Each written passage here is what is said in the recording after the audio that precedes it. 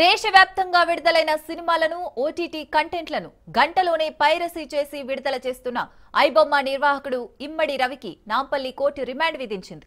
2 వారాల రిమాండ్ విధించింది. కుకట్పల్లిలోని ఒక ఫ్లాట్ లో ఉండగా సైబర్ క్రైమ్ పోలీసులు అతడిని అరెస్ట్ చేశారు. అనంతరం నాంపల్లి కోర్టులో హాజరుపరచగా న్యాయమూర్తి రిమాండ్ విధించారు. ఇమ్మడి రవిని పోలీసులు చెంచల్గూడ జైలుకు తరలించారు.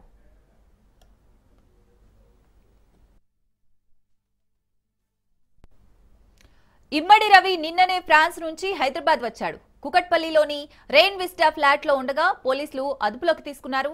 అతను కరేబియన్ దీవుల్లో ఉంటూ ఐబొమ్మ నిర్వహిస్తున్నాడు.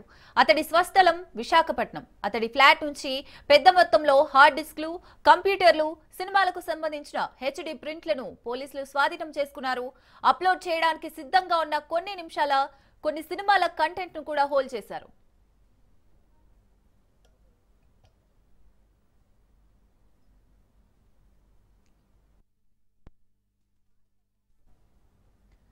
దేశవ్యాప్తంగా విడుదలైన సినిమాలను ఓటీటీ కంటెంట్లను గంటలోనే పైరసీ చేసి విడుదల చేస్తున్న ఐబొమ్మ నిర్వాహకుడు ఇమ్మడి రవికి నాంపల్లి కోర్టు రిమాండ్ విధించింది.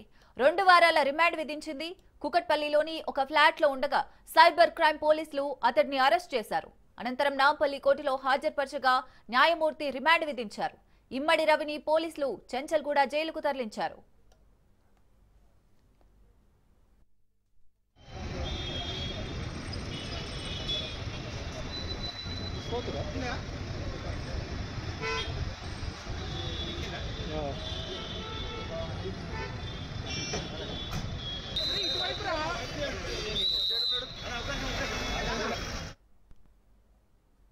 ఇమ్మడి రవి నిన్ననే ఫ్రాన్స్ నుంచి హైదరాబాద్ వచ్చాడు. కుకట్పల్లిలోని రెయిన్ విస్టా ఫ్లాట్ లో ఉండగా పోలీసులు అదుపులోకి తీసుకున్నారు. అతను కరేబియన్ దీవుల్లో ఉంటూ ఐబొమ్మ నిర్వహిస్తున్నాడు. అతడి స్వస్థలం విశాఖపట్నం. అతడి ఫ్లాట్ నుంచి పెద్ద మొత్తంలో హార్డ్ డిస్క్లు, కంప్యూటర్లు, సినిమాలకు సంబంధించిన హెచ్డి ప్రింట్లను పోలీసులు స్వాధీనం చేసుకున్నారు. అప్లోడ్ చేయడానికి సిద్ధంగా ఉన్న కొన్ని సినిమాల కంటెంట్ కూడా హోల్డ్ చేశారు.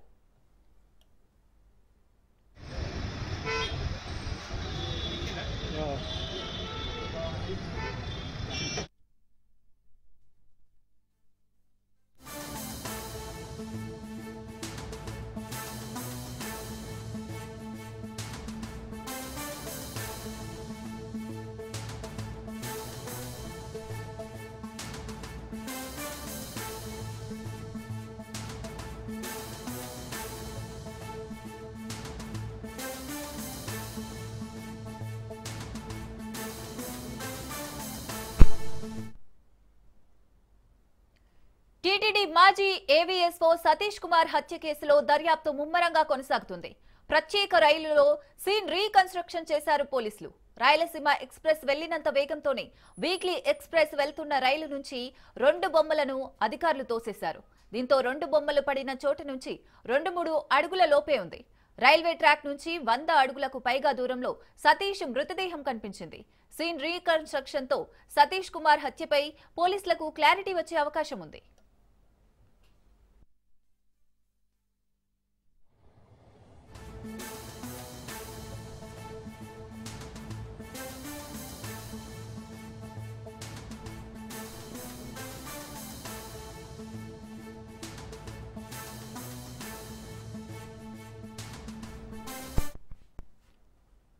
టీటీడీ మాజీ ఏవీఎస్ఓ సతీష్ కుమార్ హత్య కేసులో దర్యాప్తు ముమ్మరంగా కొనసాగుతుంది. ప్రత్యేక రైలులో సీన్ రీకన్స్ట్రక్షన్ చేశారు పోలీసులు.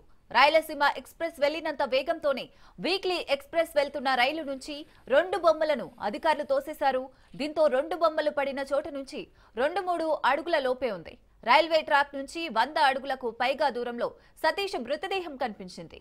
సీన్ రీకన్స్ట్రక్షన్ తో సతీష్ కుమార్ హత్యపై పోలీసులకు క్లారిటీ వచ్చే అవకాశం ఉంది.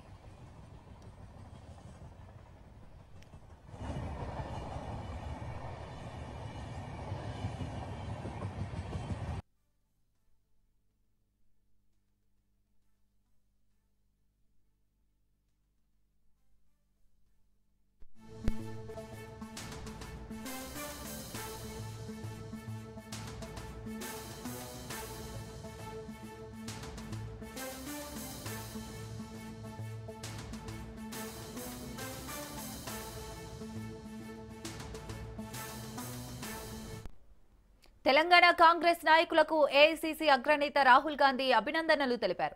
ఢిల్లీలో రేవంత్ రెడ్డి, డిప్యూటీ సీఎం బట్టి విక్రమార్క, పీసీసీ చీఫ్ మహేష్ గౌడ్, జూబ్లీహిల్స్ నూతన ఎమ్మెల్యే నవీన్ యాదవ్ హస్తినలో రాహుల్ గాంధీని కలిశారు. జూబ్లీహిల్స్ ఉప ఎన్నికల్లో గెలుపు, రాష్ట్రంలో తాజా రాజకీయ పరిణామాలపై చర్చించారు.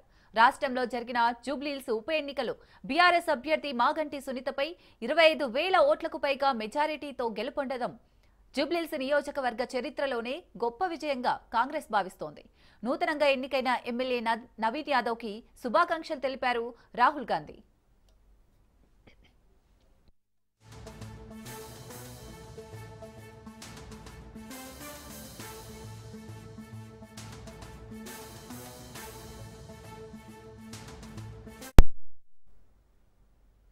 బీఆర్ఎస్ కార్యకర్తలపై కాంగ్రెస్ గూండాయిజం చేస్తోందని మాజీ మంత్రి కేటీఆర్ ఆరోపించారు.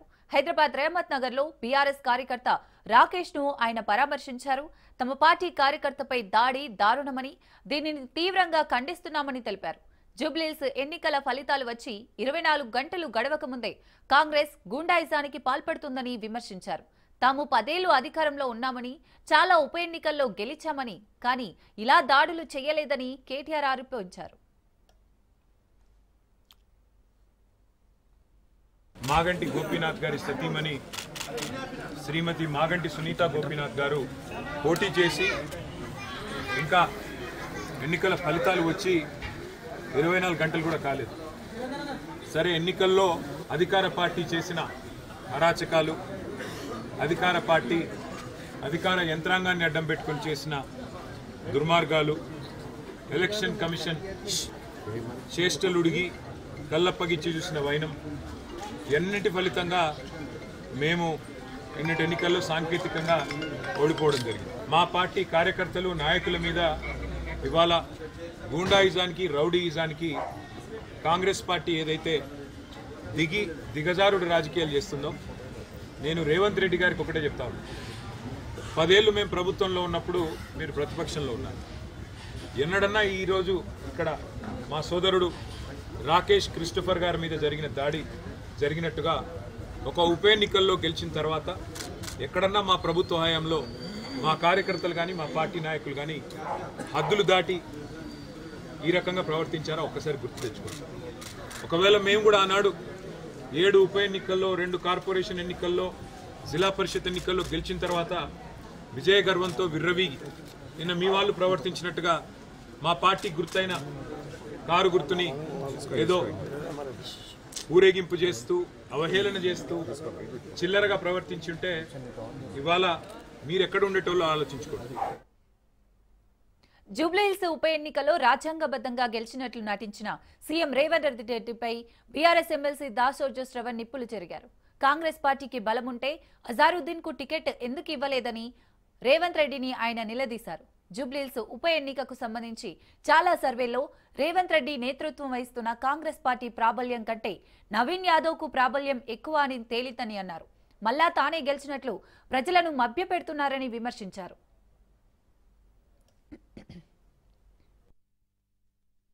అసదుద్దీన్ అక్బరుద్దీన్ కాళ్ళు మొక్కి బండి సంజయ్ తో కుమ్మక్కై బీజేపీ ఓట్లన్నీ కూడా కాంగ్రెస్ కు ట్రాన్స్ఫర్ చేయించుకొని బోగస్ ఓట్లతో గెలిచినటువంటి ఒక రేవంత్ రెడ్డి గారు తానేదో సాధించినట్టుగా చిల్లర మల్లర మాట్లాడిన ఒక మాటలను తీవ్రంగా ఖండిస్తా ఉన్నాం. ఆయన 100 ఎలుకలు తిన్న పిల్లి తీర్థయాత్రలకు పోయిందట. ఆయన రాజకీయ హిత సుభాషితాలు చెప్తా ఉన్నాడు. లాస్ట్ ఇయర్ లోనే రాజకీయాలు చేయాలా, 4 ఏళ్లు పరిపాలన అభివృద్ధి గురించి మాట్లాడాలని చెప్పని. ఒక చెత్త సంస్కృతికి కక్ష, కుట్ర, కార్పణ్యం, కుతంత్రం, లేనిపోని అపవాదులు, ఆరోపణలు, తప్పుడు కేసులు, వీటి ఆధారంగా 2 సంవత్సరాల పాటు పరిపాలన కొనసాగించిన చెత్త ముఖ్యమంత్రి ఎవరు అంటే రేవంత్ రెడ్డి గారు. ఈ యొక్క నెగటివ్ మైండ్ సెట్ తో కేసీఆర్ గారిపైన, కేటీఆర్ గారిపైన, హరీష్ రావు గారిపైన దుమ్మెత్తిపోయాలా, క్యారెక్టర్ అసాసినేట్ చేయాలన్నటువంటి ఒక దుగ్ధతో పరిపాలనపై పట్టుకోల్పోయి ఇవాళ రాష్ట్రం మొత్తం కూడా అధోగతైన ఒక పాలు ప్రజలందరికీ దిగ్విజయమే. సిఏజీ లెక్కలు చెప్తా ఉన్నాయి. ఆయన అనుకుంటా ఉన్నాడు, కేటీఆర్ గారు, హరీష్ రావు గారి మధ్యన పంచాయతీలు ఉన్నాయి, ఈయన కుర్చీ కోసం ఆయన కుర్చీ కోసం ఈయన కొట్లాడుతున్నాడు అని చెప్పండి. సొంత కుర్చీ కింద ఎన్ని కుంపట్లు ఉన్నాయో ఒక్కసారి చూసుకో రేవంత్ రెడ్డి గారు. నిన్న ఎందుకు బీహార్కు పిలవలే? బీహార్ ప్రచారానికి రేవంత్ రెడ్డిని ఎందుకు పిలవలే? ఇవాళ ఉత్తమ్ కుమార్ రెడ్డి, కోమటిరెడ్డి రాజగోపాల్ రెడ్డి, పొంగులేటి శ్రీనివాస్ రెడ్డి, ఈ ముగ్గురు కలిసి నీ కుర్చీని ఎప్పుడు పడితే అప్పుడు గుంజుకుందామా అని చెప్పని వాళ్ళు కుంపట్లు పెట్టుకొని సిద్ధంగా కూర్చున్నారు. మళ్ళీ వచ్చి నువ్వు హరీష్ రావు గారి గురించి, కేటీఆర్ గారి గురించి, కేసీఆర్ గురించి మాట్లాడుతున్నావు. నీ కుర్చీ నువ్వు కాపాడుకోవా మొదలు. ఎండ్రకిచ్చల గంప ఇది మీది, మీ ప్రభుత్వం.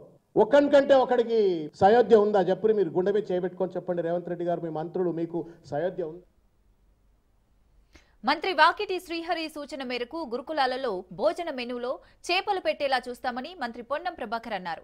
హుస్నాబాద్ ఎమ్మెల్యే చెరువు కట్ట సుందరీకరణ పనులను పరిశీలించిన మంత్రి పొన్నం సహచర మంత్రి శ్రీహరి రాష్ట్ర ఫిషరీస్ కార్పొరేషన్ చైర్మన్ మెట్టు సాయితో కలిసి ఎల్లమ్మ చెరువులో చేప పిల్లలను వదిలారు. ముఖ్యమంత్రి రేవంత్ రెడ్డి బడ్జెట్లో మత్స్యశాఖకు 122 కోట్లు కేటాయించారని మంత్రి వాకిటి శ్రీహరి తెలిపారు.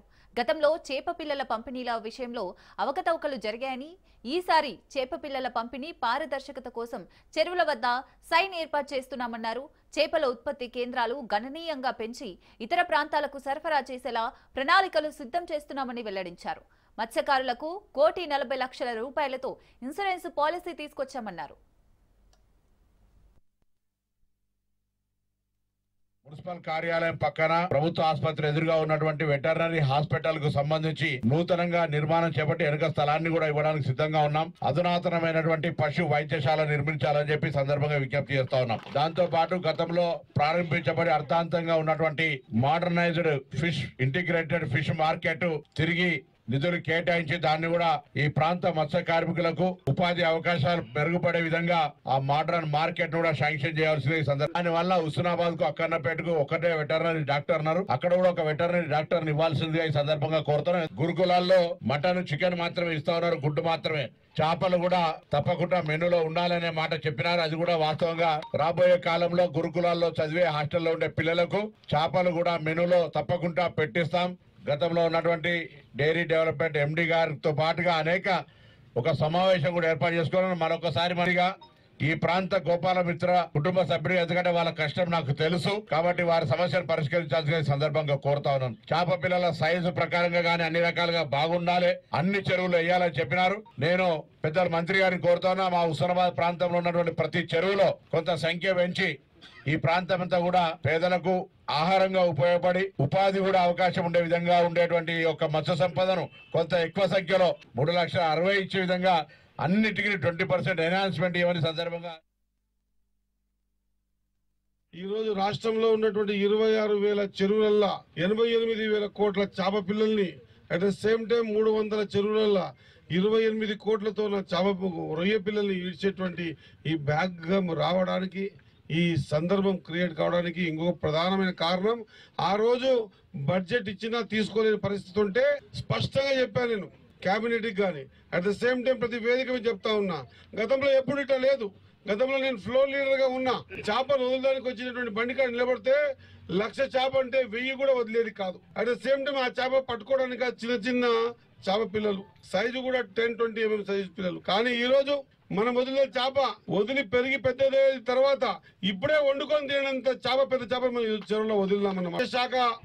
ఈ శాఖ ద్వారా 5 లక్షల కుటుంబాలు ఆధారపడి ఉన్నాయి ఈ రాష్ట్రంలో. వీరందరికీ కూడా జీవనోపాధి కలగాలంటే, వీరందరి జీవితాల్లో ఆర్థిక స్థితిగతులు బాగా కావాలంటే, వీరందరి జీవితాల్లో ఇక్కడ నుంచి ఇంటర్నేషనల్ లెవెల్లో వ్యాపారం జరగాలంటే ఖచ్చితంగా 88 కోట్ల చేప పిల్లలు, అదేవిధంగా 28 కోట్లతో రొయ్యలను వదిలి, కాబట్టి ఈసారి చేపలు పెరుగుతూ ఉన్నాయి. మత్స్యకార కుటుంబాలకు సంబంధించిన అందరికీ కూడా జీవితాల్లో వెలుగులు నిండే ప్రయత్నం చేస్తూ ఉన్నాం. నేను మత్స్యశాఖ మంత్రిగా సంతకం చేసింది ఫస్ట్ అయితే, ఆ క్షణమే సెకండ్ సంతకం ఈ రాష్ట్రంలో ఉన్నటువంటి మత్స్యకారులు అయితే ఐడెంటిఫై అయ్యారో వాళ్ళందరికీ కూడా ప్రమాదవశాత్తు జరిగితే ఇబ్బందులు పడతారని చెప్పేసి 1,40,00,000 రూపాయలు. విశాఖ సిఐఐ భాగస్వామ్య సదస్సు చరిత్ర తిరగరాసేలా సూపర్ హిట్ అయిందని సీఎం చంద్రబాబు అన్నారు. కూటమి ప్రభుత్వం వచ్చిన 17 నెలల్లో 20 లక్షల కోట్లకు పైగా పెట్టుబడులు సాధించామన్నారు.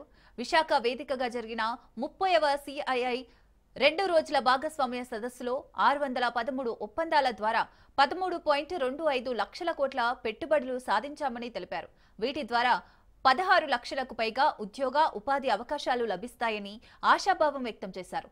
భాగస్వామ్య సదస్సులో దాదాపు 5,587 మంది పాల్గొని కలిసికట్టుగా విజయవంతం చేశారన్నారు. 3 రోజులు కలిపి 16 లక్షల కోట్లకు పైగా పెట్టుబడులు సాధించినట్లు చెప్పారు.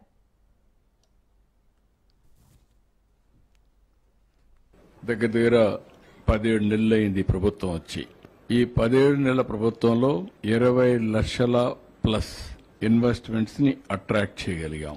ఇప్పుడు ఒక్క ఈ కాన్ఫరెన్స్ లో మాత్రం ఈ సబ్మిట్ లో మీరు చూస్తే 613 ఎంఓయూలు చేశారు. 13,25,000 కోట్ల రూపాయల పెట్టుబడులు వచ్చాయి. 16,31,000 మందికి ఎంప్లాయ్మెంట్ వచ్చే అవకాశం ఉంది. ఇందులో బ్రేకప్ కూడా ఫర్దర్ గా వెళ్తే ఎనర్జీ 63 వచ్చాయి. 5,33,350 కోట్లు వచ్చాయి. 2,66,772 మందికి ఉద్యోగాలు వస్తాయి. ఇండస్ట్రీస్ 193 వచ్చాయి. 2,80,384 కోట్ల రూపాయల పెట్టుబడులు వచ్చాయి. 5,19,083 మందికి ఉద్యోగాలు వస్తాయి. ఇన్ఫ్రాస్ట్రక్చర్ 38 ప్రాజెక్టులు వచ్చాయి. 2,01,758 కోట్లు పెట్టుబడులు పెట్టారు. 3,06,649 మందికి ఉద్యోగాలు వస్తాయి. అదే మరిగా ఐటీ అండ్ ఈఎన్సీ 107 వచ్చాయి. 1,59,407 కోట్లు ఇన్వెస్ట్మెంట్ వస్తుంది. 2,96,000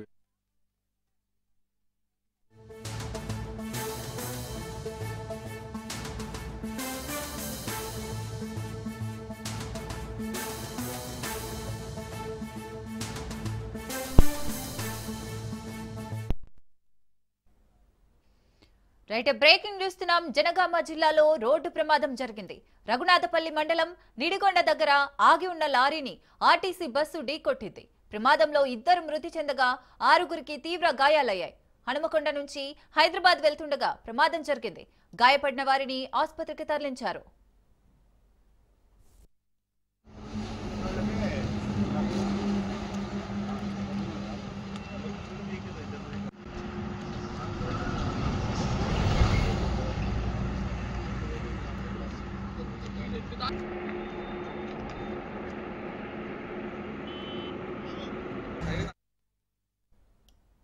రైట్, ఈ ప్రమాదానికి సంబంధించి మరిన్ని డీటెయిల్స్ మా ప్రతినిధి చంద్రశేఖర్ అందిస్తారు. చంద్రశేఖర్, హైదరాబాద్ టు భూపాలపట్నం 163 జాతీయ రహదారి పై ఈరోజు ఉదయం తెల్లవారుజామున ఘోర రోడ్డు ప్రమాదం అయితే జరిగింది. ఇది జనగామ జిల్లా రఘునాథపల్లి మండలం నిడిగొండ గ్రామం వద్ద జాతీయ రహదారి పైన ఆగి ఉన్న ఇసుక లారీని వెనుక నుంచి బస్సు ఏదైతే ఉందో మన రాజధాని బస్సు ఢీకొనడం జరిగింది. ఒక్కసారిగా ఆగి ఉన్న బస్సు డ్రైవర్ కనిపించలేదు. ఈ నేపథ్యంలోనే ఈ యాక్సిడెంట్ జరిగినట్లుగా మనకు తెలుస్తుంది. ఈ యాక్సిడెంట్ అయితే ప్రస్తుతానికి 2 అయితే మృతి చెందారు. మరో 6గురు పరిస్థితి అయితే తీవ్రమైన గాయాలయ్యాయి. ప్రస్తుతం చాలా తీవ్రమైన గాయాలయ్యాయి. ప్రస్తుతం క్షతగాతుల్ని జనగామ ఏరియల్ హాస్పిటల్ తరలించి అయితే చికిత్స అందిస్తున్నారు. ఈ మృతి చెందిన మృతుల్లో ఇది ఓం ప్రకాష్, దిండిగల్ గ్రామానికి చెందిన ఓం ప్రకాష్ ఉన్నారు. అలాగే నవదీప్ సింగ్ బాలసముద్రంలోని హన్మకొండలోని బాలసముద్రం చెందిన నవదీప్ సింగ్ 2 అయితే మృతి చెందారు. ఇంకో 6గురు పరిస్థితి అయితే చాలా క్లిష్టంగానే ఉందని చెప్పుకోవచ్చు. ప్రస్తుతం అత్యవసర చికిత్స అయితే అందిస్తున్నారు. ఈ రోజు తెల్లవారుజామున ఈ యొక్క యాక్సిడెంట్ జరగడంతో ఒక్కసారిగా ప్రాంతం అంతా ఉనికి పడింది. రహదారులు కూడా ఈ మధ్య రక్తాన్ని చిందిస్తున్నాయి. ముఖ్యంగా ఈ చలికాలం కావడంతో కొంత పొగమంచు నేపథ్యంలో డ్రైవర్ కొంత ఆగి ఉన్న లారీ కనపడకపోవడంతోనే ఈ యాక్సిడెంట్ జరిగినట్లుగా అయితే మనకి సమాచారం అందుతుంది. Srisagar. Right, thank you Chandrasekhar.